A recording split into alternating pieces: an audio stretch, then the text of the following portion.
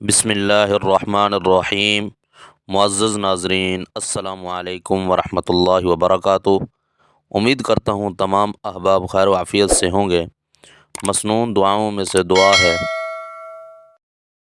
صبح و شام پڑھنے کی دعا۔ صبح اور شام کو 3 مرتبہ پڑھیں۔ بسم اللہ الذی لا یضر مع اسمہ شیء فی الارض ولا فی السماء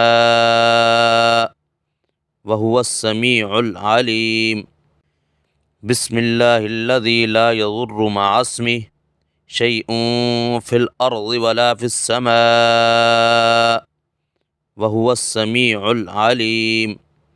ترجمہ: اللہ کے نام سے ہم نے صبح کی یا شام کی، جس کے نام کے ساتھ آسمان یا زمین میں کوئی چیز نقصان نہیں دے سکتی، اور وہ سننے والا جاننے والا ہے۔ فضیلت: حضرت عثمان رضی اللہ تعالی عنہ فرماتے ہیں کہ رسول اللہ صلی اللہ علیہ وسلم نے فرمایا کہ جو بندہ ہر صبح اور شام کو 3 مرتبہ یہ کلمات پڑھ لیا کرے تو اسے کوئی چیز نقصان نہیں پہنچائے گی۔